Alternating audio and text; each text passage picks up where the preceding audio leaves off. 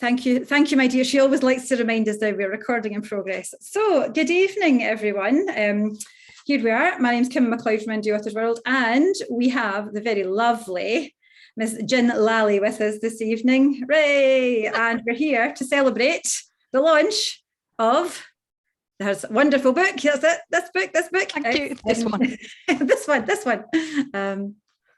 So we are. It's how to empty your stress bucket and keep it empty for life, and that's the important part. So I have had the absolute pleasure of working with this lovely lady for the last few months to get her book out, and it's great that we get to this point and celebrate it. So that's what we're going to do tonight.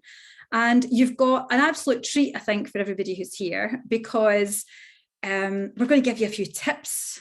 So for just in case there's anybody here who might have felt a little stressed in life, I'm sure probably the answer is everybody, yes. If you want to, you can certainly use the chat facility. So there's a little chat box. You can send us messages, and if you've got questions, then you can actually post your question in the chat box, and we'll keep a little eye on those as well as we're going through this evening. So just before we kind of really kick off, I wanted then to kind of whet your appetite with the blurb for the book. So it says, how to empty your stress bucket is not like any other self-help book. It explains brain function and neuroscience in a graspable way so that you can recognize where your negative thoughts and feelings originate. Once you master this, then you'll be able to feel more empowered to eliminate anxiety, stress, and depression forever. If you've been piling too much into your stress bucket, and let's face it, who hasn't, then now is the time to take control and empty it before you need to upgrade it to a skip. Using techniques based on the latest neuroscience research and using metaphors that make it easy for you to understand, this book will make you wonder why you never knew all this stuff in the first place, and show you how, with simple techniques, you can empty your stress bucket and live the life that you want and deserve now. Who doesn't need this book then, Jen? Who doesn't need this book? So congratulations. Thank you so much. I'm dead chuffed. So yeah, we're going to have a few words with Michael just in a minute or two. I'll introduce him. But just how does it feel now, actually, published author and a real live book? What's it like? It's really overwhelming now. So a few weeks ago when it just first came out, it was all a bit surreal because I've been working on it for so long. So to finally get it in my hands was very surreal. But then once I started seeing it in other people's hands, then that was just phenomenal. It was really overwhelming to see other people sharing it on social media and getting it. And even one of my friends went, oh, and it's even got a barcode, like that makes it official. But obviously, that does make it official, and the picture. And then my dad went, oh, about the author. Oh, I don't need to read that bit. So surreal, but, really overwhelming, and just so much support from everyone. I've been really overwhelmed by it. I'm really grateful. Oh, that's fabulous. And we're so glad that we've got so many people, your friends and family, and, lots of people kind of come and join us tonight to celebrate with you. And we've got a very special guest this evening as well. So I'm going to invite Mr. Here we are. We're going to Adam. We're going to pin you on. Did you hope that pin didn't hurt too much there, Michael? Michael Heppell to come and join us, who's going to kind of come and say a few words. Michael from Write That Book. Your Write That Book masterclass. Well, sorry, am I on? You're on. You're on. All right, okay. Welcome. Thank you very much, Kim. Thank you very much, Gin, for inviting me to come along and say a few words. So, first of all, this book is brilliant. It really is brilliant. And I'm not saying that because I've been invited on. I would just say that because I was here. It really is brilliant. And I know that because I've read a lot of books. And I'm in my office here right now, and there's 3,000 books in here. And I love books. I am passionate about books. That is my life at the moment, is all about books. But I didn't start like that. I started off by standing on stage and teaching people how to be brilliant. And then the whole world changed about, just about 2 years ago. And I needed to do something different. And I came up with this idea of creating a program called Write That Book Masterclass. And the idea was very simple, that we would help people who had and everyone's got a book inside them. We're going to help people to get their books out. But we wanted to do 4 things. We wanted to help people not just with the the publishing element, because Kim does that brilliantly. We want to help people with the idea and with the tribe building and about making sure that you can create an author brand and all those amazing things that go with creating a book. And one of the very first people to sign up was Gin. I mean, literally within minutes of us launching the program, she was like, I'm in, I need to do this. This is something that I really want to do. And I knew that Gin would be one of the people who would see it through. See, a lot of people say they want to write a book. A lot of people talk about it. It's one of those things, oh yeah, one day I'm going to write a book. Yeah, one day I'm going to write a book. Well, guess what? Gin has and you haven't. Well, some of you might have, I don't know, but maybe. The thing is, doing this, actually seeing it through is massive. You have no idea what authors go through. I call it the author coaster, the ups and the downs. And writing a book about how to deal with stress is a wonderful irony, because it's one of the most stressful things that you could possibly do. So when Gin said, I'm going to write this book, I was like, brilliant. This is for everybody who ever joins write that book. It's going to be part of their reading materials that they have to do it. And I've raved about it. And I've done book openings and I've made videos about when I first received this book. But then the other thing I realized I actually hadn't done until last weekend was sit down and properly read the book. And then I did. And oh my goodness, you know, I use these little post-it notes everywhere when I write things. And literally in the first page of the introduction, I just wrote in big letters, this. And I'll tell you what it is. It talks here. It says, the time has come for action. Awareness isn't enough. That is what this book is about. Being aware of the fact that there's stress in our lives, being aware of the fact that it can be debilitating, being aware of the fact that it can cause issues that have long-term impact is one thing. Doing something about it is something else. And doing something about it in such a way that's interesting, that's entertaining, that's based on science and not some kind of, strange voodoo that somebody's made up. It's not just a case of, oh, well, say happy thoughts and guess what? Happy things happen. No, this is really practical. It's stuff to do. And the stories and the metaphors are amazing. Right from that first concept about being at the optician and why you go to an optician and checking in to make sure things are in the right place and that things are looking right and doing something about it before it becomes a serious issue, all the way through to some really brilliant deep science, some things which I certainly hadn't thought about before and have certainly made a difference to how I feel about my personal levels of stress. And yes, everybody does get stressed. There's no doubt about it. But you don't have to stay there.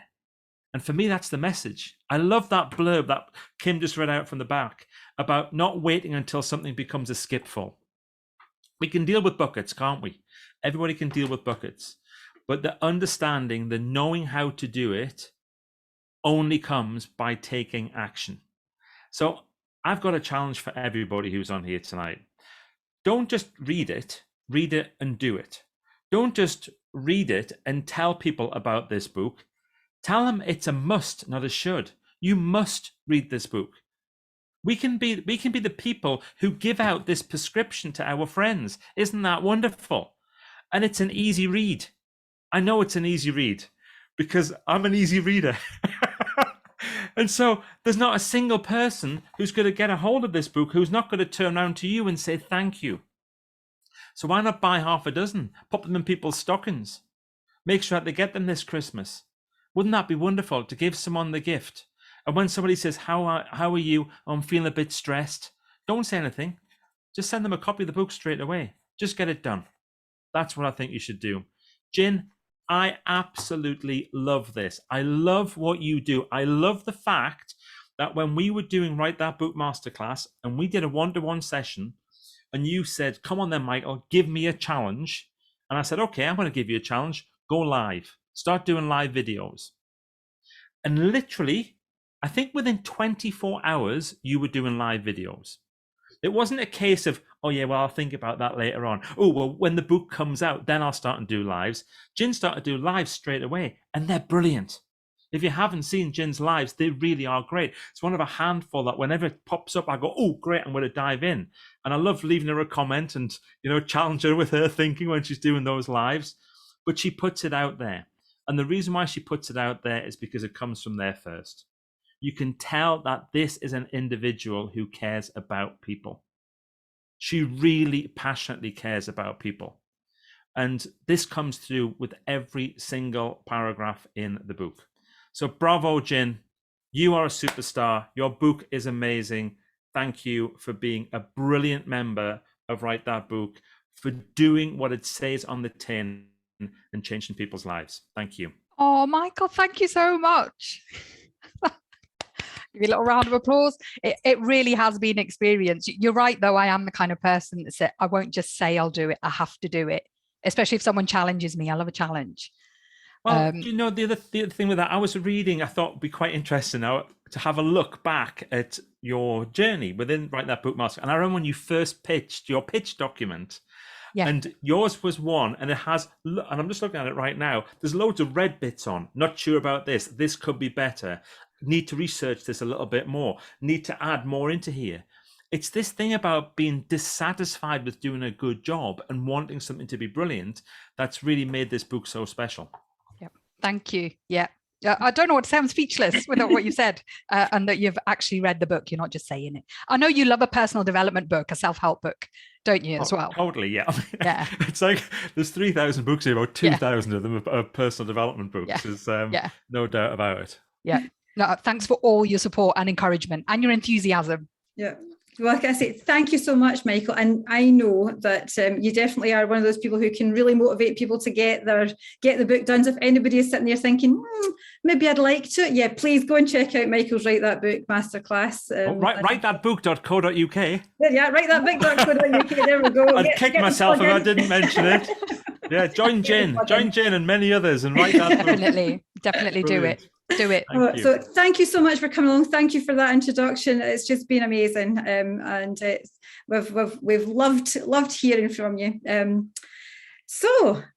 you are. What a great start then, Gin. Follow that then, isn't it? Follow that. So folks, if you have got questions, by all means, put your questions in the chat box, and we'll try and kind of keep an eye on that as well. So what we're going to do now is I've got a few questions that I wanted to kind of have a chat with Gin about. And one of the things that I absolutely agree with everything that Michael said about this book. And some of you might not know that in a previous life, before I was doing anything around publishing, that I used to, I was also a therapist as well. I dealt with people with panic attacks and stress and anxiety and all that sort of stuff. And used to run happiness clubs.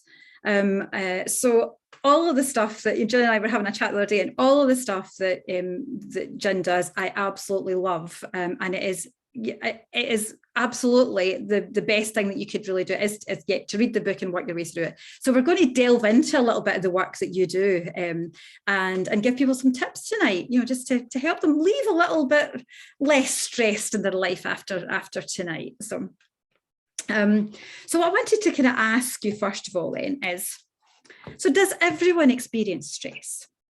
Yeah, we do. Even I do. Everyone does. It's how you handle that stress. So, and that's what's just, I find fascinating about stress. If you talk to people with good mental health, they've not lived a fairy tale life. Nothing's perfect in their life, but they've got this way of dealing with stress that helps them. They've got this resilience. Where does that come from? I find that fascinating. Why can some people cope with stress and some people can't? What is that? So everyone has stress. It's how we interpret that stress. And you'll find that, some people will fall apart if, they burn their dinner, and other people will have bereavements and a really stressful job and they're still doing well. So I'm not saying there's different, that stress is just as important. Burning your dinner is just as important to somebody. But we've got to be able to find this resilience to get through life, because we've all had a bereavement. We've all got family stress. We've all got work stress. I mean, if the last 18 months has taught us anything, we've all had lockdown COVID stress. But some people are really coming through it well, and other people aren't so well. What is that? That's what I find fascinating. Yeah. So of course, everybody has stress. Everybody. And what is it that's actually happening in our brain? Because I love the fact that you actually describe this. You know, that's the, like I said, you know, it's so important for people to know. And most of us had no clue really about what's going on in our brain. Yeah. So that's what I want people to understand. We've all got the same brain. It's how it works. So what part of the brain are you coming from? Are you coming from that reactive part of stress, or that proactive being able to deal with stress? So what I talk about in the book and all the time is these two parts of the brain: the intelligent brain, where you're very objective and rational, or the primitive brain, which is the fight or flight or freeze response. We've all got them. I've got that response in my brain. It's just that I refuse to go there. I have learned how not to go there. And if we do go there more, it's because we've got a full or overflowing stress bucket. Once you understand that you can empty your stress bucket, cut off the fuel supply, the primitive brain, cut off the fuel to the primitive brain, you are going to be in your intelligent brain more. You are going to be objective.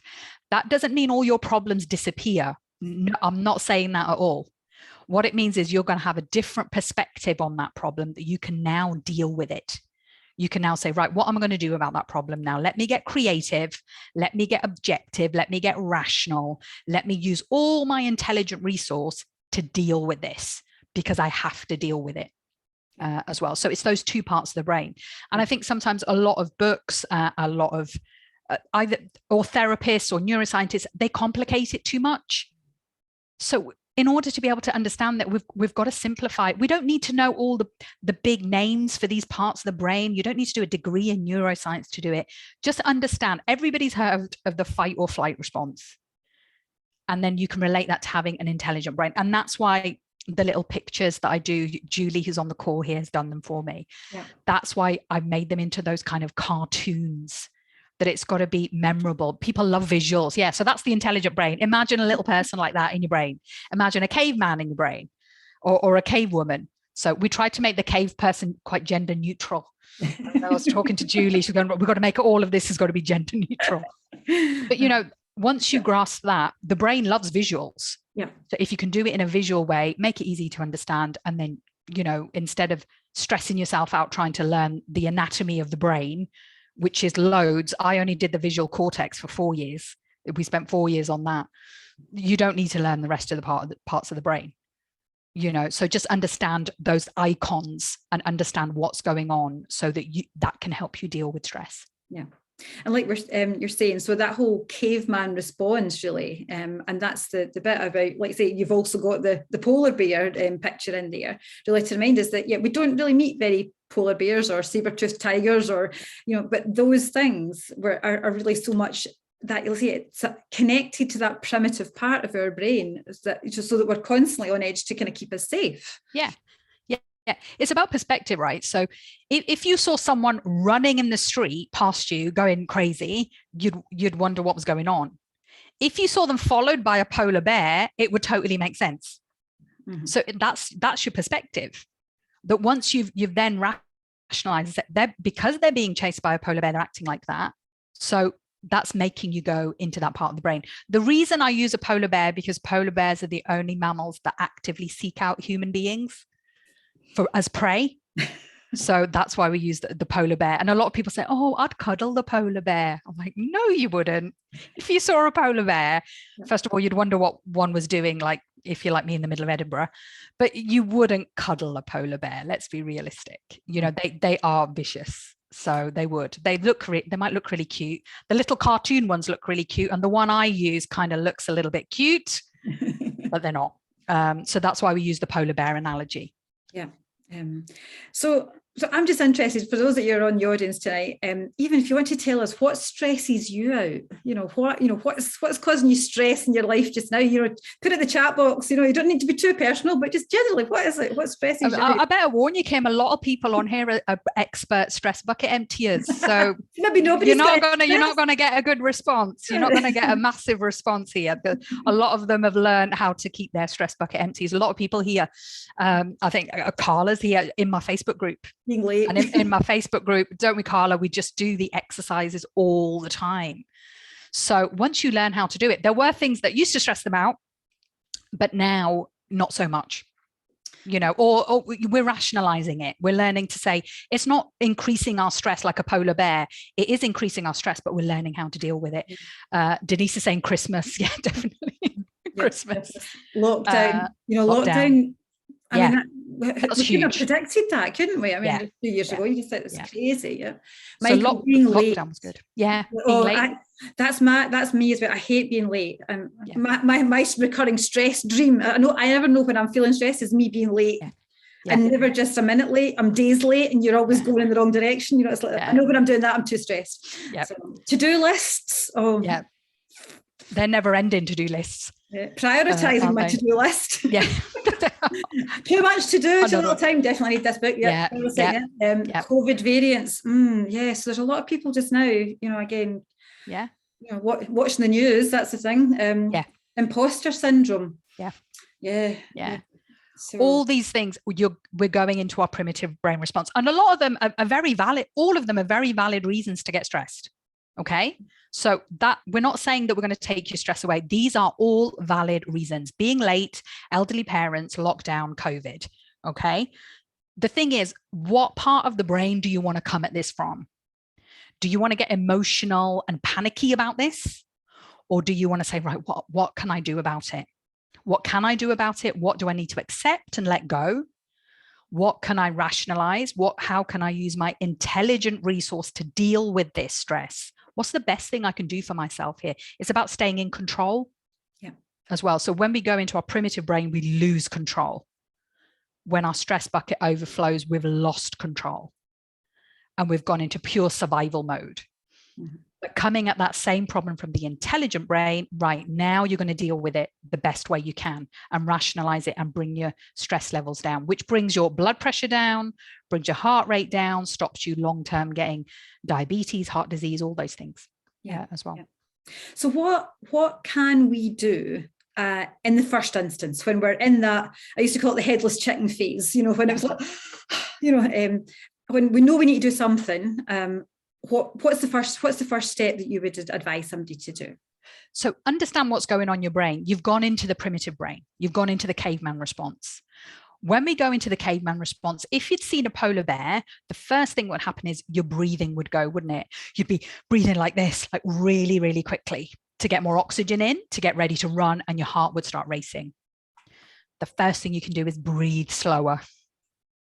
That will help you get into your intelligent brain. Breathe. Let your mind know from your breath that everything's fine. This isn't a polar bear. I've got to get into my intelligent brain. But the first thing to do is to understand how the brain works. So once you understand that, it'll make sense, and it kind of you start to dissociate from it, because you're like, oh, I know what I'm doing here. Caveman's kicking in. Like, this isn't a polar bear. This is me getting stressed. The first thing you've done there is you've dissociated from it. You've not got consumed by your primitive brain. So when I first see clients, they are totally consumed by the primitive brain, and they've identified with their primitive brain. They'll say, all I do all the time, Gin, is stress. I'm always stressed. I'm always having a panic attack. I'm like, no, that's your primitive brain. That's not really you. Your intelligent brain is the bit you know as you. It's just that you're so fueled with your primitive brain that you've lost focus of who you really are. So it's about dissociating from your thoughts. And the easiest way to do that is to breathe long, long breaths, the opposite to those short breaths of when you're panicking and seeing a polar bear. Yeah.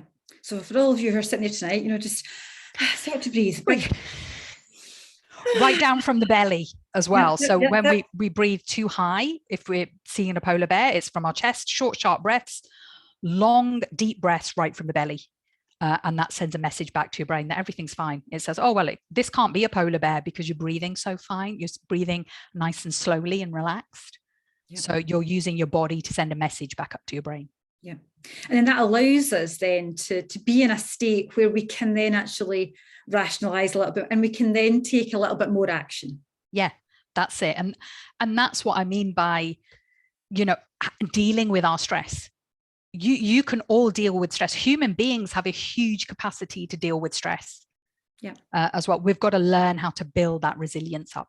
And that's by getting into the intelligent brain and using that. So I will say to my clients, look, I'm not going to tell you what to do. I know you've got the answers in you. I'm sure your parents or your mum's told you what to do, your best friends told you what to do. So that isn't my job. What if I told you what to do? Why would you listen to me over anyone else? What I know is you've got the answers in your intelligent brain. I just need to get you there. Once you're there, the answers will come to you. Yeah. And this is how, I suppose, that, what you're dealing with is solution-focused therapy. And it's quite different from some other therapies that people might have heard of. So can you explain then what's different about solution-focused therapy? Oh, I love it. I love solution-focused work. I always say to people, I'm a therapist that doesn't want to hear your problems. I don't want to talk about problems. We need to talk about solutions. You have thought about your problem for months, even years before you've seen a therapist. Why would going over your problems with me make a difference? So going back, I do appreciate we've all had problems, right? We were all horrible teenagers. We had horrible, I don't know about you, school days weren't the best days of my life. It was horrible. I was an awful teenager. I've had lots of things going on. We've all had bereavements and stresses. Going over that for me doesn't make a difference. So we accept it. I'm not saying we're problem phobic. We accept that there's been problems, but where are you now? And where do you want to be going forward? Let's look at that picture and let's direct your mind towards that. And that's what neuroplasticity is. If you are constantly going over your problems, you're just ingraining more problems and giving it focus. If you can think about a solution going forward, that's much more creative for your brain. And so solution focused is about looking at where you want to be going forward. A good example of that is, so people come and see me and they say, oh, I don't want to feel anxious. I don't want to feel depressed. I'm like, okay, what do you want to feel instead? Mm-hmm. Because that isn't how the brain works by saying don't. Mm-hmm. So if I said to everyone now, don't think about a green bus. What are you thinking about? A green bus, right? But I said, don't think about it. But the brain doesn't work like that. So what do you want to think about? It's think about a red bus, right? Now we're directing you. This is neuroscience. So by being solution focused, we're thinking, okay, if you don't want to be anxious and you don't want to be depressed, what do you want to be? I want to be calm. I want to be relaxed. I want to be focused. I want to be happy. So these are much better pictures for your brain to focus on. And like I said, it doesn't mean I'm denying any problems. No, absolutely not. But my job as a therapist is to help you to feel better, not worse. Yeah. There is a place to go over the problems of the past if you want to. And I'll always try and make sure that somebody, if they need to do that, that they will do that. But I'm very clear from the beginning, I'm not going to talk to you about your problems. I don't want to hear them. And when I first started doing this, actually, sometimes I felt a little bit rude as well. People wanted to talk about it. I was like, no, stop. Yeah. Tell me what you want instead. And that's often the experience that we've had from our past is to get immersed and stuck in that story. Yeah. We're talked about creating stories and writing stories and creating books, but some of us get stuck in those difficult stories of ourselves, and we're constantly revisiting and telling everybody, and all we're doing is reliving that all the time. And as we know, the brain doesn't know the difference between something that's imagined and something that's actually physically real. So we are reliving those experiences over and over again. I think I tell that in one of the stories in the book, Paul's story. And it's about, he had a car accident and he just kept going over and over it with his previous therapist. When I told him, look, the mind doesn't know the difference between imagination and reality, he said, I've had that accident 1,000 times, haven't I, Gin? I went, yeah, you have. You've had it once in reality and you survived. But it wasn't a nice experience. Of course it wasn't. And you might go over it a few times but where do you want to go from here? You still want to drive. You still want to get on with your life. Stop going over and over that, because you are having that accident again and again and again. And when people sort of look at me funny sometimes, say imagination and reality, that's the same to the brain. I'll always say, watch a horror film. Yeah. Watch a horror film on a dark night with no one else in the house. That's your imagination at work. You are going to feel scared. Yeah. And that's how powerful the imagination is. If it's that powerful in a negative way, why can't it be just as powerful in a positive way, in a solution-focused way? Yeah. Yeah. I mean, I love the whole sort of positive psychology research that then came out of, you know, in particular kind of the States and all the work that's been done over there, and now in the UK. There's lots of work being done here in Warwick University as one of the kind of forefronts of this. And that's the thing, so we can learn, you know, we've learned all the tough, hard ways of being stressed, depressed, and anxious throughout our life. There's so much research now as well out there about, you know, what we can do to be positive, and how those solutions can be found, and learning from other people who, like you say, who are more resilient perhaps than we might have been ourselves, or who've got another way of looking at something. So there's lots of opportunities to explore this. There is. There's always something we can talk about positively, and this isn't about being toxically positive. Like, I hate toxic positivity. We're not denying that we've all got issues, but understanding that the brain is much better coming from that positive part, and how to get there, then you can deal with your problems, is much more important, I think. So I'm not saying that you pretend everything is fine. Absolutely not. What I'm asking people to is to engage their brain in a different way to deal with those problems. Yeah. So what I'd like to do now is kind of explore, I suppose, one of the tips, techniques that people can do then to kind of help them along that journey. Because that's the thing, you know, we've talked a lot about all of the brain, all this, and then people are like, yep, totally agree with you, Jen. Okay, how do I do it now? Because people still want the how to. Please tell me how. Please tell me how. Yeah. And there's lots of practical things in this book as well for people. So you want to get a hold of your own copy. But one of the tips we were talking about the other day is is looking at looking at good things. Yeah. What's been good? Yeah. What's been good? The first question in every session is that, what's been good about your week? What's been good? Now, it's very easy to go negative, and we do it all the time. So I'm not denying you've had stress and strain this week, but think about a few things that have been good. And that's difficult if you're feeling anxious, if you're feeling depressed. Like, what's been good? I'm saying just little things. Just think of little things. And what we're trying to do is we're trying to get back into the intelligent brain, because the intelligent brain is positive, it's rational. Now, once we ask what's been good, we're looking for little things. I'm going to keep you there by asking you, what else has been good? What else has been good? Keep going. Now, this is what people will do. I don't know if anyone wants to volunteer and do this for me. You're going to find it difficult. So people will say, oh, yeah. So they'll start off with a couple of good things, which is great. And then they'll say, oh, yeah. And then I went for a run, Gin, but it was pouring with rain. It was really horrible weather. And I'm like, no, you've gone negative again. Can you see? It's a very British thing to do as well, I think, isn't it, Kim? Yep. You know, we're very, just don't say too many good things. But I'll say, no, is that good? Yeah. What's good? What's good? What's good? What else has been good? What else has been good? What else has been good? And I can see they roll my eyes like, Gin, just shut up about what else has been good. Yeah. And then just when people think I finished, I'll say, and give me one more. So I think we should just challenge it again. We asked them earlier what was stressing them.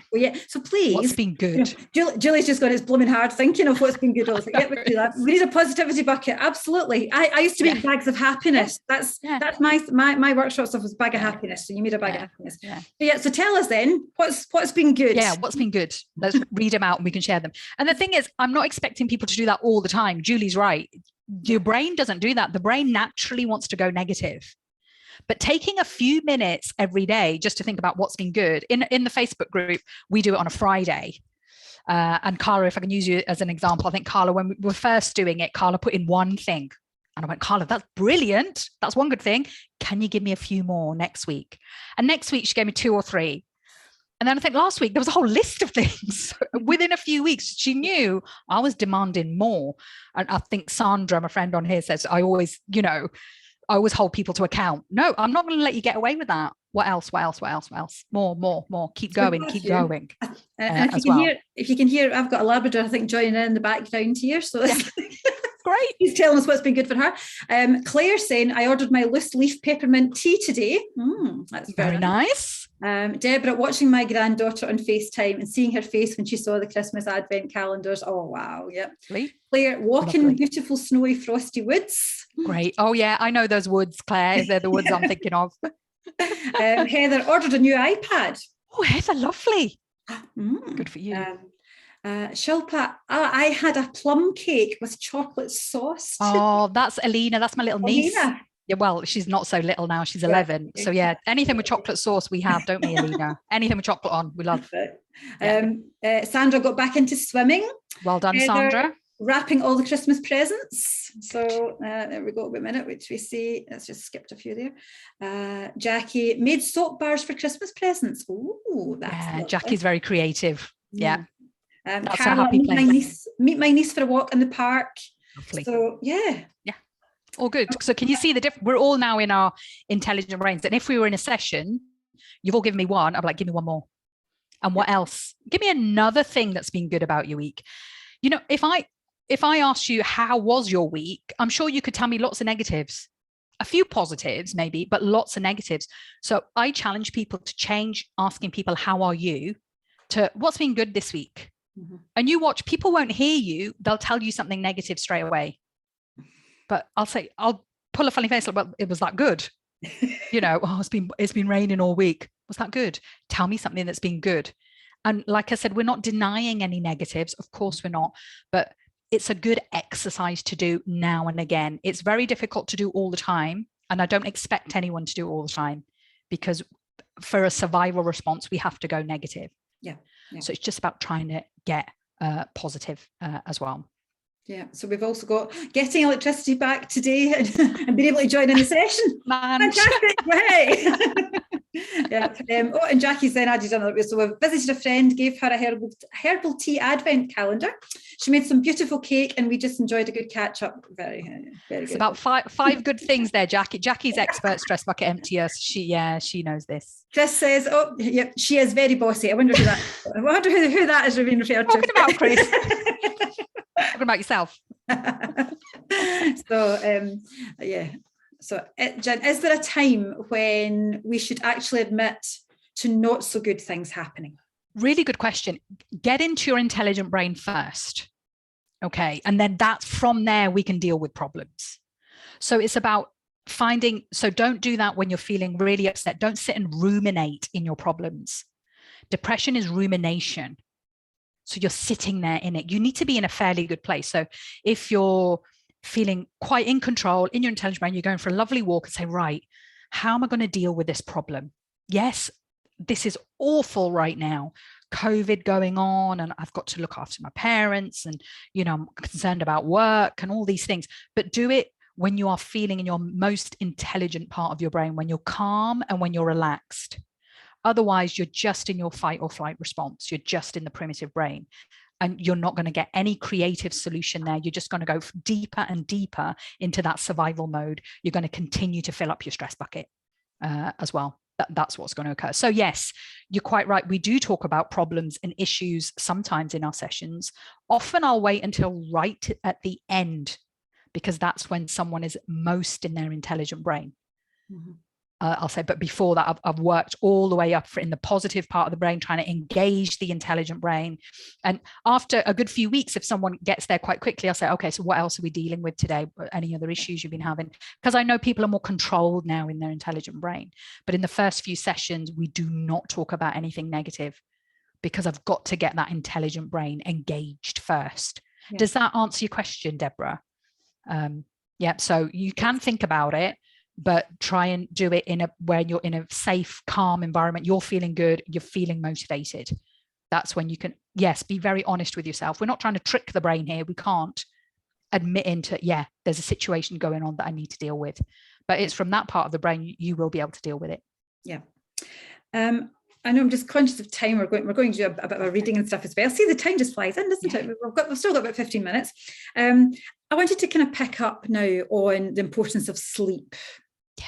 My favourite subject. Yep. And I guess there's probably quite a few people here who at some time have probably struggled, you know, with getting to sleep, particularly, you know, if we're stressed. I know I've been there myself, you know, you're tossing and turning, or, you know, maybe fall asleep, but then I wake up and it's kind of, and you can't get back to sleep. So what is sleep doing for us? What does good sleep do for us? I suppose that's the good sleep empties your stress bucket. It's as easy as that. That's what sleep does for you. If you can get good quality REM sleep, especially, REM sleep empties your stress bucket. I put something in my stress bucket every day. Quite a few things sometimes I put in every day, but because I get good sleep, I can empty it. Mm-hmm. Now, the vicious circle is if you are anxious, you are putting more into your stress bucket. You don't sleep so well, which means you're not emptying your bucket, which means your bucket fills up. So this is where I come in and break that cycle to say, right, so the first thing we deal with is sleep. So that process of REM sleep, which stands for rapid eye movement sleep, literally empties your stress bucket. It goes through all those negative thoughts in your stress bucket and starts filing them away. If you imagine your brain is an office where loads of papers are coming in every day, lots of negative thoughts are coming in, aren't they? And the negative thoughts range from what is going to happen to COVID to there's a horrible crisp packet floating in the wind. Okay. When you go to sleep in your REM sleep, your brain goes into that bucket and says, right, all that horrible thing about COVID, what shall I do with that? I need to empty it. But what I will do is I will get some more information about that. I'll process it. Crisp packet blowing in the wind, forget that. We can get rid of that completely. And that's what we do also in sessions. I will always say, I'm going to empty your stress bucket. We're not going to analyze what's in there. We don't have to analyze what's in the bucket. We just want it out. And that's where we use relaxation techniques. And we use literally daydreaming. So if REM sleep is night dreaming, which empties the stress bucket, I encourage people to daydream. But the daydreaming we do is very focused, and it empties the stress bucket a lot faster than you could do on your own as well. So the combination of techniques I use help do that. But sleep is my absolute favorite subject. And I strongly believe that our mental health issue, it could be resolved by percentages if we all got a bit more sleep, just half an hour more good quality sleep. We've taught ourselves how not to sleep, I will say. So we can all sleep. It's a natural biological response. We've taught ourselves how not to. That's what we've done. So my sleep is non-negotiable. It is a priority for me. Yeah, yeah. And I think that's the thing. If we can, we need to be able to actually agree with what is a priority for us, to set this stuff, to work, to recognize the worth of ourselves, to give ourselves permission even to say, no, I'm having more time to relax and kind of get myself into a more positive space, even just to go into bed and be able to sleep, to spend the time thinking of what's been good for us, to look at the stuff that when you talk about, you use a journal. I mean, the journal techniques in here are really, really good. Right. So. But we need to recognize that we can do some things for ourselves. And that's where this book really comes into its own, I think, because you've given people an idea of where to start and how to value ourselves enough to start to do these things. Yeah. I mean, even, when I see clients one-to-one, I'll say, I am helping you, but you've got to go away and do it. Mm-hmm. You've got to do a little bit of homework that I give you. You've got to apply the things that we've talked about. You've got to attend the sessions. It's not, I haven't got a magic wand. I can't make you better. Yeah. If I did, I'd be a millionaire. But so it comes down to us, doesn't it? It is common sense. And we're always looking for the next hack, the next app, the next technology thing that's come out, and what's out, what gadget is out for Christmas. To me, this is your biggest gadget and app is your brain. We've got it all here. We used to be able to do all these things and we're not doing them anymore. And we just want like a fix now for it as well. But we don't need it. So it's going back to basics. It's going back to common sense, really. Yeah. Yeah. So if anybody else has got another question, feel free, pop it in the chat. I absolutely love it. I mean, I'll just reiterate some of the stuff that Michael had said about your book, and that it's really practical. It's easy to follow. It's easy to read. For somebody, like I said, who I worked in this field myself, and I read this and think, I needed this book just for helping clients. This is absolutely brilliant. And not only have you got the tips and techniques, but you have got the stories. Yeah. And we learn so much from other people's stories and hearing other people's stories. And what I wanted to get you to do this evening was you were going to read us one of the stories, and I think you're going to read us Uncle Lalli's story. Yeah. So this is my Uncle Lalli, who lives in India.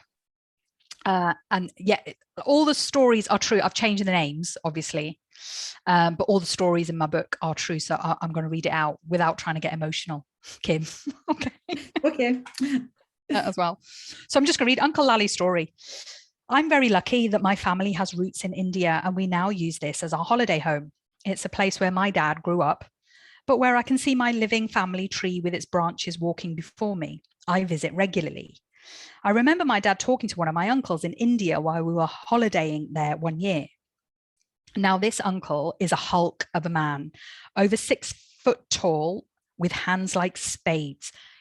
Off on a tangent, he literally is like, he's got these massive hands. He's huge. You know, a lot of Sikhs, a lot of Punjabis are, but he's like totally massive. He was always a cheerful soul and had some great stories to tell, but with a potted history of bereavement and loss, it seemed as if life had caught up with him, and at the age of 65, he'd begun to give up. He lost motivation and had become very quiet. We'd heard from his son and wife that he'd also attempted to commit suicide recently, and they had luckily managed to stop him in time. But they were now fearful that he would attempt it again. They literally caught him. I'm off on a tangent again, sorry. They literally caught him with the rope around his neck and managed to stop him. That's how close it was. So that was his choice of how to go. Uncle Lalli had slowly and gradually become more and more depressed over the course of a year. So much so that he had begun to neglect his farming duties, which involved quite a lot of manual work. He'd begun to withdraw himself from his extensive family and had lost his appetite for food as well as life. My dad was trying to encourage him to get back out to his land, attend to his crops, but Uncle Lalli kept talking about his losses of the past. He said he'd get back to his land when he felt better. But when would he feel better? It was awful to see him this way. He needed to do some positive activity to get his serotonin flowing. He needed some positive interactions. He seemed to be in a vicious circle of lacking motivation to do anything. And yet we knew that doing something, especially on his farm, where he would be interacting with his farm laborers and his cattle, would definitely make him feel better. How could he break the cycle? And so, while he was trying to coax Uncle Lalli out of his dark mood, Dad began doing a bit of weeding in his courtyard. Except he deliberately did it incorrectly, making mistakes that he knew Uncle Lalli would not be able to sit and watch without at least saying something. But in fact, this was enough to get Uncle Lalli out of his chair and begin to show Dad how to do it right. While they were doing this, Dad joked that he'd always come to Uncle Lalli for farming advice, even when they were teenagers. He complimented Uncle Lalli on his knowledge and experience and went on to ask him some advice on some of the current crops and how the season would affect them. Slowly and gradually, as Uncle Lalli began to work with his hands and share his farming expertise with Dad, bringing back positive memories of the past, his focus returned to the present, literally to the task in hand. I could almost see the serotonin begin to flow and a small smile appear on his face. It was as if Dad was coaxing him out of his cave. I didn't even realize Dad was a secret psychotherapist. Over the next few weeks, Uncle Lalli re-engaged with life, got back to his farm, and when I saw him again the following year, was an even better version of the joyful, jolly Uncle Lalli I had always known. He had found his purpose again. Never underestimate how being consistent with your small positive activities, having positive interactions, and focusing on positive memories of the past can maintain your mental health. That's it. I'm quite emotional because obviously I know who that is. But yeah, that's the story of someone. And it's something we talk a lot about in Indian culture, that you have to do something, you have to be active. You can't just sit and ruminate into those problems. You have to do something. So by doing something can get your serotonin flowing. I talk about positive activities as well. I'm at the moment searching for a picture of Uncle Lalli, and I'm going to share it. So obviously I have permission to do that. Yeah. My dad read that story. That's the first place he went to in the book. Yeah. And you could see he was like, okay, yes, very good. And he just folded and put it back down. So yeah, but it's a huge story of someone who was a hair's breadth away from committing suicide. Yeah. As well, like I said, who was literally found with the rope around his neck, about to do it. Yeah. And I'm so glad that didn't happen as well, because he's such a lovely man, such a lovely man. And I think for so many people, it's they just want away from the pain because they don't know and don't have, it's that loss of hope that life can be better because they don't know how to make it better. Yeah, that's what suicide is. Suicide isn't a person who wants to kill themselves. They just want the pain to stop. Yeah. So they just want a way of stopping the pain. Yeah. And that they just find no other solution. Yeah. And that's what I'm really determined to help people with. And that's the whole solution focus thing, that people shy away from therapy because they think, oh, I'm going to have to go over all my problems. I'm going to have to dig into that. I don't want to do that. I don't want to tell a stranger now about all my past. I want to do something. I want to get better. I just want to feel better for my family. Yeah. So, and that's why I love what I do, to help people. And I've had many clients on the verge of suicide as well, to see that. But that was an example of serotonin at work. That's how you get your own serotonin. It doesn't come in a pill. Antidepressants aren't serotonin. They just block your receptors that reuptake it. You've got to create your own serotonin. You've got to create your own happiness. Yeah. Yeah. So I think that's been so touching. I mean, the comments there about people just saying how it was a lovely story. It's wonderful. Yeah. Just thank you. Deb has just ordered 2 copies. There you are. So that's it. Thank you. Jackie's in tears listening to that story. And great to hear about Uncle Lalli again. Yeah. What a strong personal story, Gin. Thank you for sharing. Yeah. Powerful listening to it. So absolutely it is. And I think that is just a testament to what you've been able to share, and actually making it and putting it into a book like this, which is so then accessible for people. That was my aim. You've absolutely achieved that, Gin. It's so good. I'm so proud of you for thank you putting this together. It's amazing. It really is. Yeah. It's been great. It's been a great experience, and initially I was very apprehensive about it. Would it make sense? But the feedback I've had from people, I'm really proud of it now. And I just stuck with that title, How to Empty Your Stress Bucket. So everybody knows about, I'm Stress Bucket Girl of Edinburgh. So anyone that talks about stress buckets knows. And that's down to Denise, who does my social media. So yeah, she's made me the stress bucket person.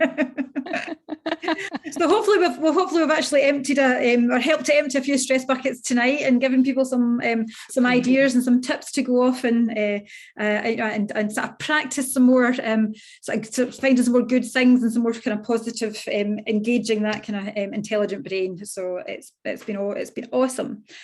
So to follow you and one of the things I think that we want to let people know about is your podcast. Yeah, so my podcast is Stress Bucket Solutions. Yep. And you can get it everywhere, Spotify and iTunes and everywhere. And they're short 10-minute episodes. And actually, I think Paul's on the call tonight, Paul and Mikey. I have recorded the audiobook on there for Paul and Mikey especially. If all of you want to listen to it as well, it's fine. But it is really for Paul and Mikey especially. Because I wanted to make it accessible. And we had this conversation, didn't we, Kim, that I could do an audiobook and put it out there, but it's a lot of work. And I already have an audio platform. Yeah. So I've put it out in chapters on my podcast more recently, interspersed with other little waffles from me. But yeah, they're my thoughts on solution-focused therapy. We talk about the process, the sessions, my thoughts on toxic positivity. They're very short 10-minute episodes, 10, 15 minutes.